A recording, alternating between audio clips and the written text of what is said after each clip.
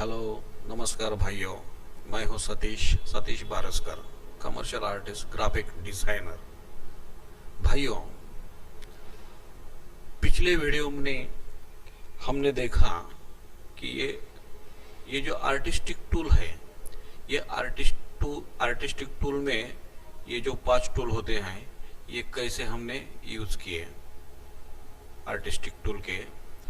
तो SR8 Corel Draw, SR9 Corel Draw और SR10 Corel Draw में हमने देखा कि आर्टिस्टिक टूल कैसे यूज करते हैं। और उसके बाद में हम आज के वीडियो में मतलब SR11 कोरल ड्रॉ में देख रहे हैं कि रेक्टेंगल टूल कैसा यूज करते हैं और इलिप टूल कैसा यूज करते हैं। भाइयों, सत्याज वीडियोस में आपका दिल से स्वागत है। तो चलो हम शुरू करते हैं SR11 कोरल ड्रॉ और इसमें रेक्टेंगल टूल हम अभी देखेंगे।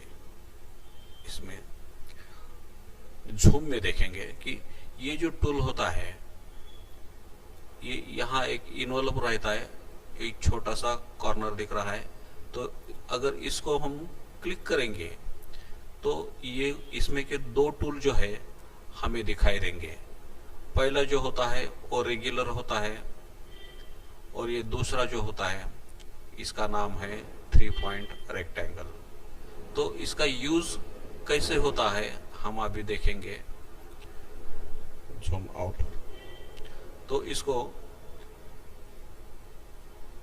इजीली गोइंग में अगर हम जैसा भी थोड़ा एक काम करेंगे, इसका पॉइंट साइज बढ़ा देंगे जरा सा, तो आपको लाइन क्लियर दिखेंगी।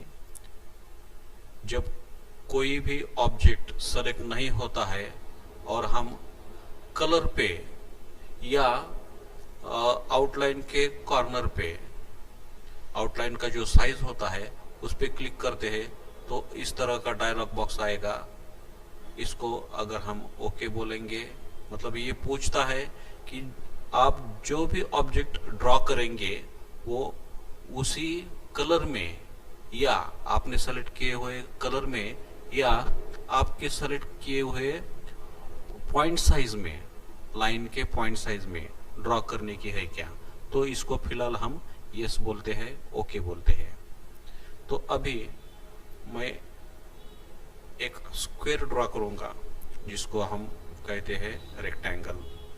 ओके, तो हम स्क्वायर बोलेंगे। ये जो है हमने ड्रॉ किया, जैसा आप ड्रैग करेंगे वैसा स्क्वायर आ जाएगा। हॉरिजॉन्टल, वर्टिकल, इक्वल करने के लिए अभी देखो मैं इसको क्लिक करता हूं, एक ऑब्जेक्ट सेलेक्ट करता हूं, उसके बाद में मैं पिक टूल में जाता हूं। ये जो पहला टूल होता है वो पिक टूल होता है। पिक टूल का जो वर्क होता है, तो ऑब्जेक्टों, ये जो ऑब्जेक्ट होते हैं उसे सेलेक्ट करने के लिए अगर मैं उसको क्लिक करके किसी कलर के ऊपर क्लिक करूंगा तो उस स्क्वायर को कलर फिल हो जाएगा इस तरह से। और ये जो स्पॉट होते हैं, ये सिलेक्शन के स्पॉट होते हैं। इसको अगर मैं, ये स्पॉट को अगर मैं पकड़ के ऊपर खींचूंगा या नीचे खींचूंगा तो इसका साइज इस तरह से चेंज हो जाएगा। ये इधर का, ये ऐसा, इसका साइज हम चाहो उतना ले सकते हैं। अभी ये जो कॉर्नर का स्पॉट होता है, अगर यहां मैं कर्सर रखूंगा तो उसको ड्रैग करेंगे तो प्रोपोर्शनेटली उसका साइज कम या ज्यादा हम कर सकते हैं। डायगोनल साइज में प्रोपोर्शनेटली उसको छोटा या बड़ा कर सकते हैं इस तरह से। तो सिलेक्शन इस तरह से होता है। ये साइज हो गया, सिलेक्शन हो गया। इसको हॉरिजॉन्टली या वर्टिकली हम कैसा चेंज कर सकते हैं, ये हो गया। अभी बहुत महत्वपूर्ण बात जो होती है वो ये होती है, अगर हम एक कोई भी जॉब हम बनाते हैं, कोई भी जॉब हो, तो उस जॉब को एक साइज होता है। मतलब अगर हम विजिटिंग कार्ड ले लेंगे तो विजिटिंग कार्ड का साइज वर्ल्ड वाइड फिक्स है। उसके बाद में अगर कोई किताब हो, बुक हो, तो वो बुक के साइज तय है। मतलब एक विजिटिंग कार्ड है तो उसका साइज होता है, और हम यहाँ जरा उसका साइज देके आपको बताएंगे। अभी यहाँ यूनिट में, यूनिट मतलब क्या, हमने पहले के वीडियो में देखा कि यूनिट कैसा यूज करते हैं। पहला वीडियो जो होता है उसमें SR1 कोरल ड्रॉ में, तो जब मैं पिक टूल में जाता हूँ, बाहर क्लिक करता हूँ, तभी मतलब कोई भी ऑब्जेक्ट सेलेक्ट नहीं होना चाहिए, तभी ये यूनिट आपको दिखेगा। तो यूनिट को हम चेंज करेंगे और सेंटीमीटर लेंगे। इसको सेलेक्ट किया सेंटीमीटर। अभी मैं ऑब्जेक्ट के ऊपर क्लिक करूंगा, यहाँ ये साइज दिखेगा हमें। ये दो एरो दिखेंगे हॉरिजॉन्टली वर्टिकली। तो यहाँ हम उसको साइज देंगे। साइज मतलब कैसा, इधर से इधर हम ड्रैग कर सकते हैं, नहीं तो इधर इसको हम डबल क्लिक करेंगे यहाँ, तो भी ये सेलेक्ट हो जाएगा। अभी इसको साइज दे देंगे 9.2 टैब। अगर टैब क्लिक करेंगे हल्का सा तो सिलेक्शन नीचे आ जाएगा।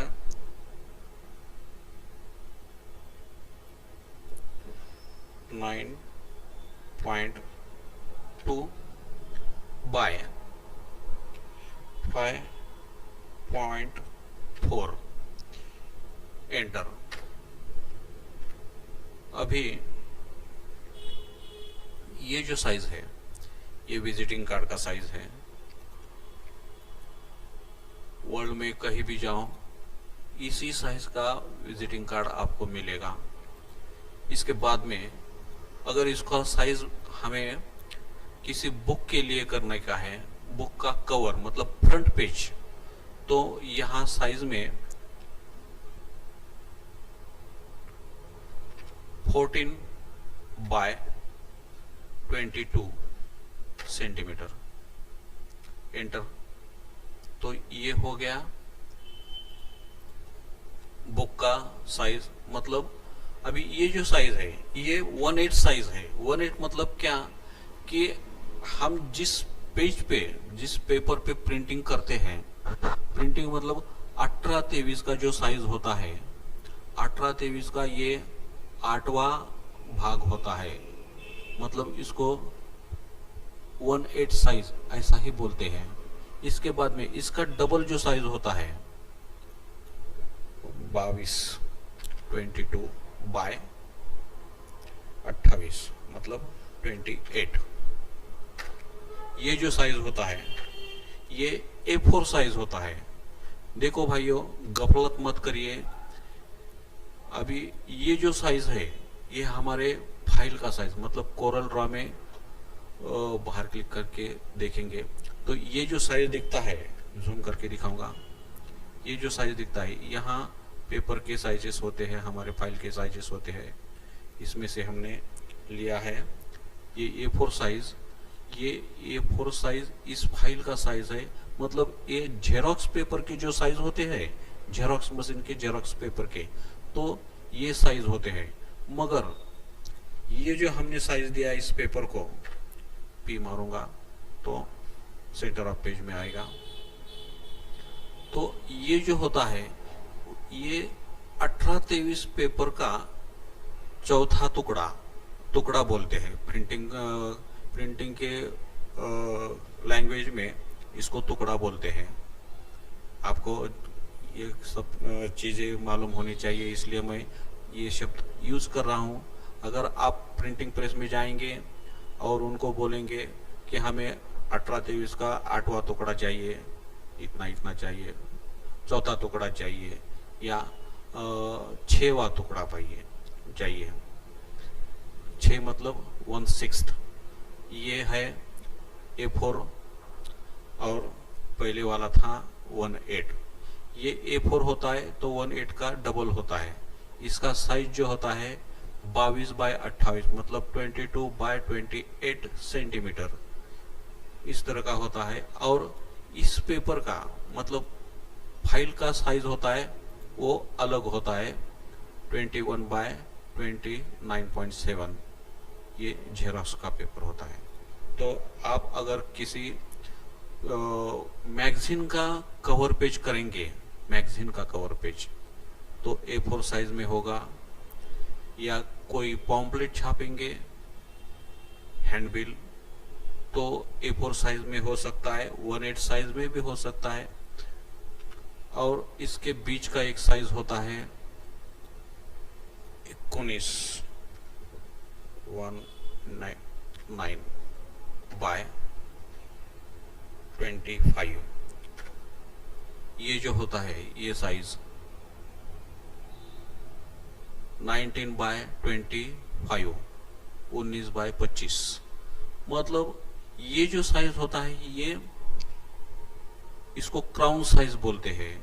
ये बीच में का साइज होता है 1/8 से थोड़ा सा ज्यादा और A4 साइज से थोड़ा सा कम, मतलब बीच वाला साइज होता है, कन्वीनियंट साइज होता है।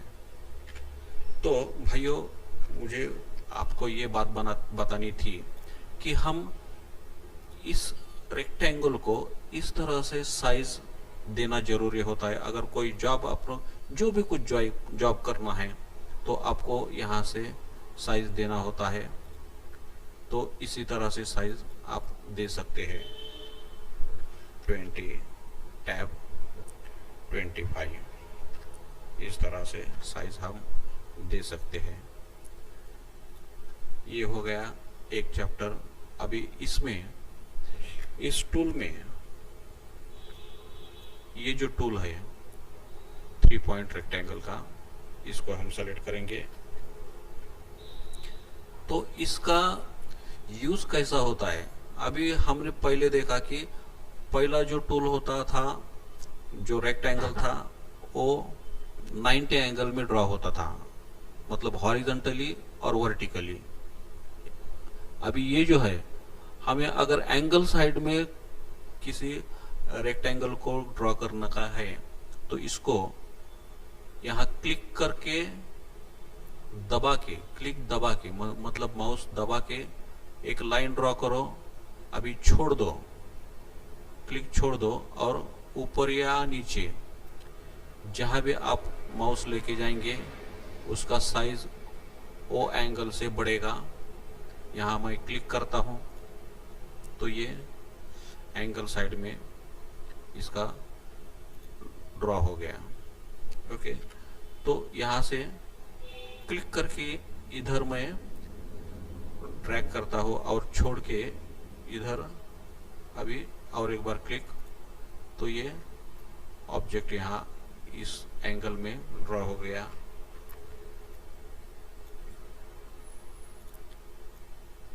ये देखिए किसी भी एंगल में आप ऑब्जेक्ट ड्रॉ कर सकते हैं इस तरह से। ओके, अभी वैसे तो हम ये रेक्टेंगल को, रेगुलर जो रेक्टेंगल होता है ये ऐसा मतलब डायरेक्ट 90 एंगल में जो ड्रॉ होता है हॉरिजॉन्टली वर्टिकली परफेक्ट, तो इसको भी हम रोटेट कर सकते हैं। मतलब कैसा, हम पिक टूल में जाते हैं, एक बार स्पेस दबाएंगे तो पिक टूल आ जाएगा। एक बात ध्यान में रखो, अगर किसी भी टूल में है, आप टूल में है, तो जब स्पेस दबाएंगे तो आप पिक टूल में आ जाएंगे। छोटी छोटी बातें हैं, ये सब कुछ नहीं बताते, हम सब बताते हैं। तो अभी इसको मैं और एक बार क्लिक करूंगा, एक बार क्लिक किए वाला है तो ये सेलेक्ट है, तो और एक बार क्लिक करूंगा, इसको थोड़ा सा कलर करूंगा, आपको दिखेगा क्लिक। तो ये जो है ये कॉर्नर इसके बदल गए। मतलब क्या कि इसके कॉर्नर जो है वो रोटेशन के लिए आ गए। अभी हम ये कॉर्नर की जो है, ये कॉर्नर के जो पॉइंट्स है, इसको अगर ऐसा घुमाएंगे तो ये स्क्वायर रोटेट हो जाएगा। इस तरह से आपको जिस एंगल में आपको रोटेट करना है उस एंगल से हम इसको मैन्युअली इस तरह से रोटेट कर सकते हैं। और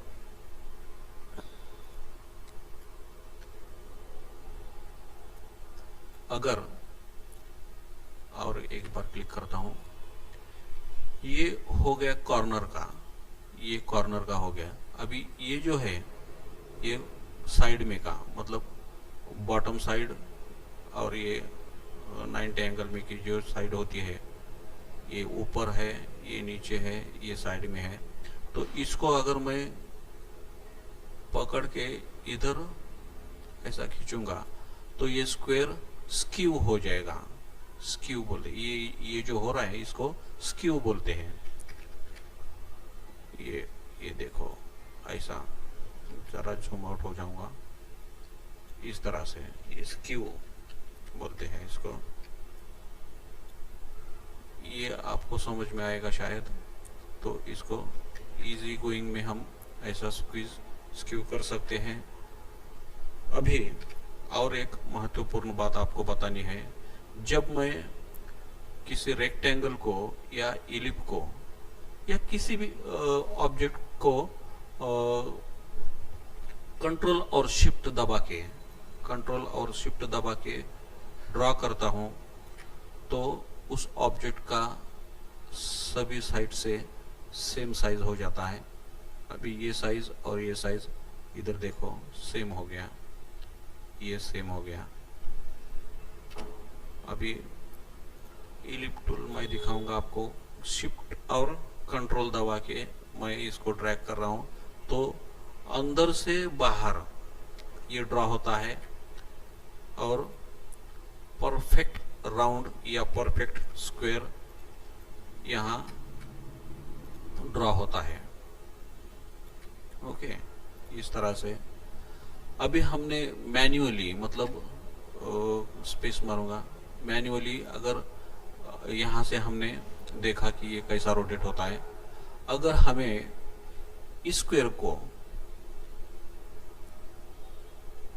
यहां से जरा झूम करके दिखाऊंगा आपको, यहां से ये रोटेशन का आइकॉन है, यहां मैं सेलेक्ट करता हूं और 15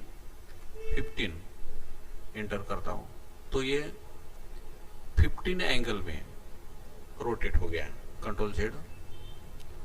अगर मैं अभी जरा झूम आउट हो जाता हूं, जरा आपको समझ में आया इसको, यहां 45 डिग्री में अगर मैं क्लिक करता हूं तो ये स्क्वायर 45 डिग्री में रोटेट हो गया। अभी 90 एंगल में मारूंगा तो सीधा सेम ऐसा ही दिखेगा ना। अगर इसको मैं ऐसा करूंगा और यहाँ 90 एंगल मारूंगा तो ये ऐसा हो जाएगा। ओके, तो ये बात आपको समझ में आई होंगी।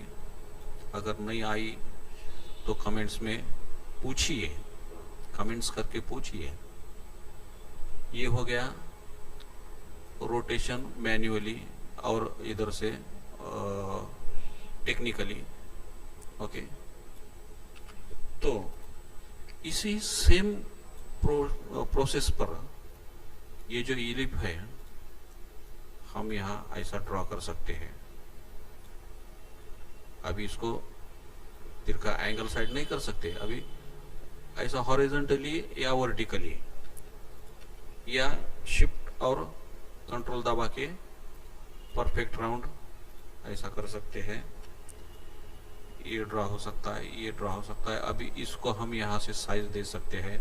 अगर हमने इसको साइज दिया 10/20 तो इस तरह से हो जाएगा, मतलब ये 10 हो गया और ये 20 हो गया।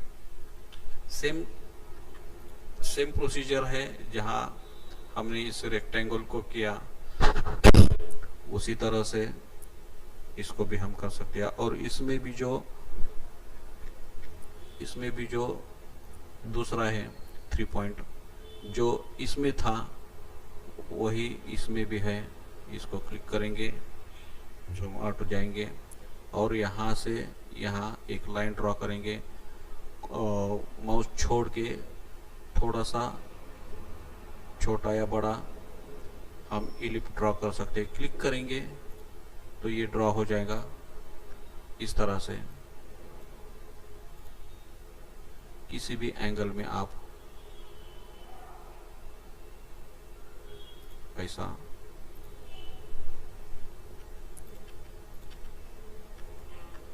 इसका एंगुलर इलिप्स ड्रॉ कर सकते हैं। ओके भाइयों अभी देखो ये जो स्क्वायर है, इस स्क्वायर को हमने ड्रॉ किया और यहाँ ये जो प्रॉपर्टी बार में कुछ टूल्स एक्टिव हो गए। तो इसमें ये क्या होता है, इसके जो कॉर्नर होते हैं, मैं थोड़ा सा एक हल्का सा कलर दे दूंगा इसको। तो यहाँ क्लिक करूंगा और यहाँ ये देखिए, यहाँ मैं आपको झूम करके दिखाऊंगा। तो ये कॉर्नर पीस है 3 टाइप के। ये बाहर से राउंड है, ये अंदर से राउंड है और ये तिरका स्ट्रेट है। तो ये यहाँ 1 2 3 और 4 कॉर्नर के 4 साइजेस देने के लिए टूल्स है। और इसके अंदर ये लॉक दिख रहा है आपको। तो यहाँ इसका मतलब क्या है ये आपको बताऊंगा। फिलहाल मैं इसको लॉक को खोल देता हूँ। ये लॉक खुल गया। अभी इसको क्लिक करता हूँ और यहाँ मैं 10 क्लिक करता हूँ। 10 ज्यादा हो गया, सेंटीमीटर में है तो 0.3 करता हूँ। तो इस तरह से कॉर्नर हो गया। अभी 0.5 करूंगा, 0.5। तो यहाँ मैं जरा झूम आउट हो जाऊंगा। तो अगर ये जो कॉर्नर हमें अप और डाउन के बटन दिख रहे, उसको हम क्लिक करेंगे तो हमें जितना चाहिए उसका साइज यहाँ आ जाएगा कॉर्नर का 0.8।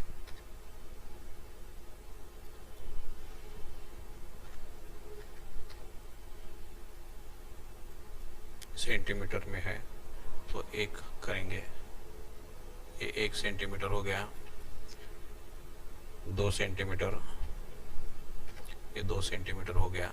अभी यहाँ कॉर्नर का मतलब ये कॉर्नर के लिए मैं यहाँ साइज दे दूंगा, तो यहाँ 3 दे दूंगा। तो इस टाइप से ये हो जाएगा। मतलब जिस साइड को हम कॉर्नर दे सकते हैं, तो यहाँ जहाँ कॉर्नर देना है उसके वो साइड के, मतलब ये ऊपर का, ये ऊपर के नीचे का मतलब इसका ऊपर का, ये नीचे का मतलब ये, और यहाँ का ये और यहाँ का ये। तो इस तरह से हम इसको साइज दे सकते हैं। अभी इसको मैं 5 दे दूंगा। ये 5 हो गया। ये समझ में आ गया होगा आपको। तो अभी मैं लॉक डालता हूँ, ये लॉक को क्लिक किया। अभी क्या होगा, मैं एक साइड को अगर साइज दे दूंगा, अभी यहाँ मैं 5 सेंटीमीटर दिया तो ये चारों ओर 5 सेंटीमीटर हो गया, 3। अभी इसको क्लिक करूंगा तो ये अंदर के साइड में ये हो जाएगा। अभी ये ज्यादा होता है तो यहाँ 2 करूंगा। ये देखिए, अगर 1 किया 1 सेंटीमीटर तो इस तरह से आ जाएगा। ये टाइटल के लिए,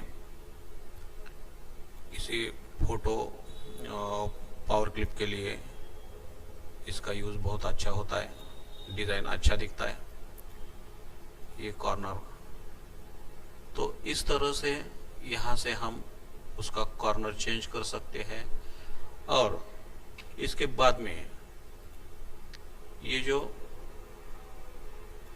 स्क्वायर है अपना सर्कल है, तो इसको यहाँ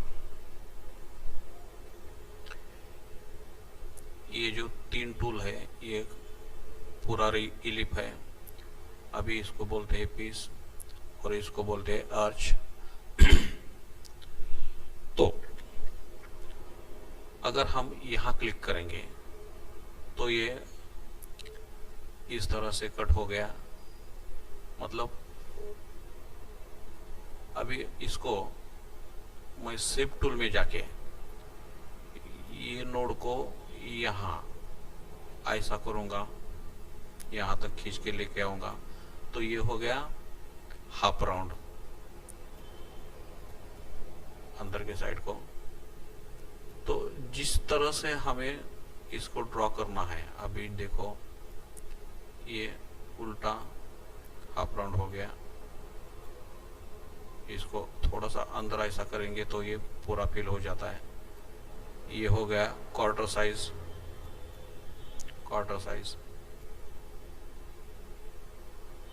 ये 130। ओके, अंदर खींचेंगे तो इस तरह से हम इसको यूज कर सकते हैं। मतलब ये परसेंटेज का जो ग्राफ होता है ना, उसके लिए ये बहुत काम की चीज है। परसेंटेज का ग्राफ हम बताते हैं कभी कभी, तो इसके लिए अभी ये जो है अर्च, इसको क्लिक करेंगे तो अंदर का फील चला जाएगा।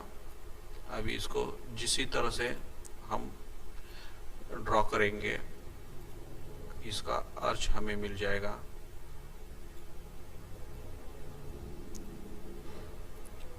जिस तरीके का आर्च हमें चाहिए उस तरह हम इसको यूज कर सकते हैं। अगर हमें इतना ही चाहिए तो हमें इतना ही करेंगे, अगर हमें इतना चाहिए तो इतना करेंगे। इसको क्लिक करेंगे, ये देखेंगे इस तरह का आर्च हमें मिल जाएगा।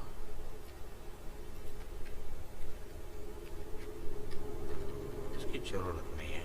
ओके, तो ये बात आपको समझ में आई होंगी।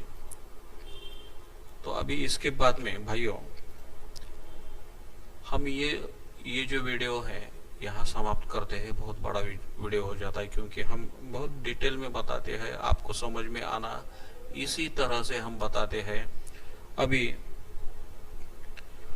अगले वीडियो में हम देखेंगे ये पॉलीगोनल टूल। इसको अगर क्लिक करेंगे तो इसमें इतने सारे टूल्स है। तो इसमें अगले वीडियो में, मतलब SR12 कोरल ड्रॉ में पॉलीगॉन, स्टार और कॉम्प्लेक्स स्टार, ये 3 टूल्स देखेंगे। बाकी थोड़ा टाइम अगर उसमें मिलता है 20 मिनट 25 मिनट के वीडियो के लिए, तो स्पाइरल क्या होता है ये भी देखेंगे। मगर ग्राफ पेपर के लिए हम सेपरेट वीडियो बनाएंगे, ये बहुत काम की चीज है। तो भाइयों, हमारा वीडियो आपको अच्छा लगा हो तो प्लीज कमेंट करिए। कमेंट अगर कमेंट करेंगे तो हमें समझ में आएगा कि आपको क्या होना है क्या नहीं होना है। और सब्सक्राइब करो। अगर आप सब्सक्राइब नहीं करेंगे तो हमारे वीडियो आपके पास कैसे पहुंचेंगे? नहीं पहुंचेंगे। तो जीवो जीवस्य जीवनम, इस मूल मंत्र का, जीवन का जो मूल मंत्र है, इसका हम यूज करेंगे। मतलब क्या, आप भी जियो और हमें भी जीने दो। आपका एक सब्सक्राइब आपको हमारे हर वीडियो का मुआयना कर देंगे, मगर आपका सिर्फ एक ही सब्सक्राइब हमें चाहिए, जिसके बदले में हम आपको ढेर सारे ऐसे अच्छे अच्छे वीडियोस देंगे। तो भाइयों, सब्सक्राइब करो और मिलेंगे हम अगले वीडियो में। SR12 Corel Draw. ओके, नमस्कार।